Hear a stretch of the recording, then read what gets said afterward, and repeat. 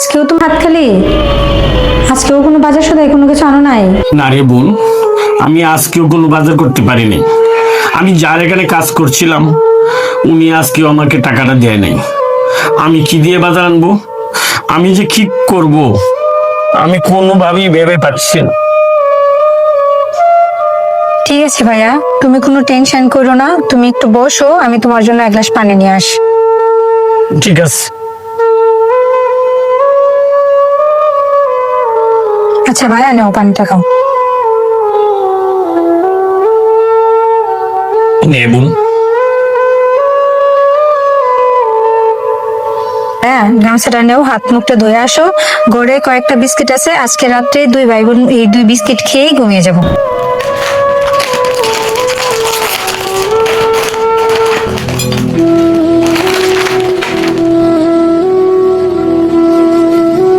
নাও ভাইয়া।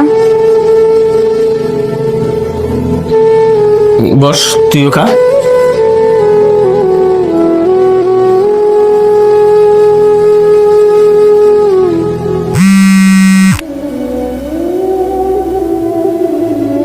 হ্যাঁ বান্ধবী, হ্যাঁ বল। হ্যাঁ, এই তো খাওয়া দাওয়া করতেছি। হ্যাঁ, আজকে তো রবিবার, তাই ভাইয়া খাসির মাংস আনছে, বড় মাছ আনছে, আরো অনেক কিছু আনছে। সবকিছু রান্না করে খাইতে বসছি আমি আর ভাইয়া। হ্যাঁ আচ্ছা ঠিক আছে। আচ্ছা। সাথী, তুই তোর বান্ধবীর সাথে মিথ্যা কথা বলি রে? খাসির মাংস দিয়ে ভাত খেতেছস, আমি তোর জন্য বড় মাছ আনছি, এটা তুই বান্ধবীর সাথে মিথ্যা কথা রেখে কইনি?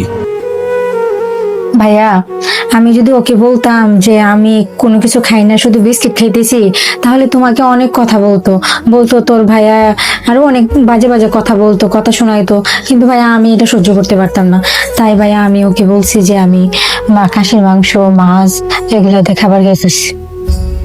সাথী রে, বাবা মা মারা গেছে অনেকদিন আগে। আসলে আমি একটা দিনও তোরে আমি সুখ শান্তি দিতে পারিনি। এমন একটা অবস্থানে আমি আছি, একটা চাকরি করতাম, সে চাকরিটা চলে গেল। এখন প্রতিদিন যেখানেই কাজ পাই সেখানেই কাজ করি। আমি না হয় বেড়া মানুষ, পুরুষ মানুষ, একবার চললাম, কিন্তু তুই তো একটা মেয়ে মানুষ, তোর তো অনেক স্বাদ আহ্লাদ, তোর মনের মধ্যে অনেক কিছু জাগে, অনেক কিছু পড়ার জন্য, অনেক কিছু খাওয়ার জন্য। কিন্তু কেমন অধম ভাই আমি ঠিক মতন তোর কোনো কিছু এনে দিতে পারি না। সাথী, আমি আমি আজকে আর কিছু খাবো না। ভাইয়া ভাইয়া, তুমি কেন টেনশন করতেছো? ভাইয়া তুমি কোনো টেনশন করো না। তুমি আমাকে যেভাবে যত সুখে রাখছো, বাবা মা মারা যাওয়ার পর থেকে তুমি আমাকে আদর যত্ন দিয়ে এতটুকু বড় করছো, পড়াশোনা করাইছো, তুমি কেন শুধু শুধু টেনশন করতেছো, কান্না করতেছো? ভাইয়া তুমি কোনো কান্না করো না। সাথী রে, আমি নিজের জন্য কোনো সময় ভাবি না। আমি পুরুষ মানুষ, কিন্তু আমার যত ভাবনা সব কিছু তোরে লইয়া। তুই মেয়ে মানুষ, তুই আগের আমার ছোট্ট বোন না, এখন তুই অনেক বড় হইছস, তোরে লেখাপড়া করাইছি, এখন একটা ভালো ছেলে দেখে তার হাতে আমার তুলে দেওয়া এটা আমার কর্তব্য। কিন্তু আমি কি করব? দেখ, 3 মাসের বাসা ভাড়া বাকি হচ্ছে, এই বাসাটা আমাদের কয়দিন যে থাকতে পারবো? মালিক যে কোন সময় আমরা বাইক করে দে, এটা আমি বুঝতে পারতেছি না। মিথ্যা সান্ত্বনা দিলে কি আর পেট ভরে?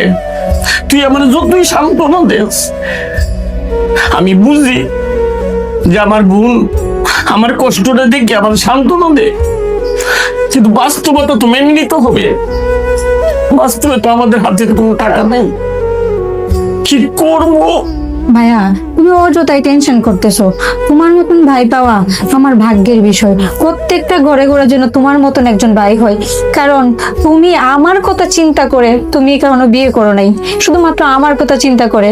এই জন্য তোমাকে আমার বড় ভাই হিসাবে পেয়ে আমি ধন্য, আমি গর্বিত। তবে ভাইয়া তুমি চিন্তা করো না, দেখবা একদিন আমাদের সব হবে, সব হবে ভাইয়া। খাই যেন হয় রে সাথী, হ্যাঁ খাই যেন হয়। ভাইয়া তুমি সারাদিন আসছো, অনেক ক্লান্ত, তুমি ঘুমাও, আমি এগুলো রেখে আসি। যাও।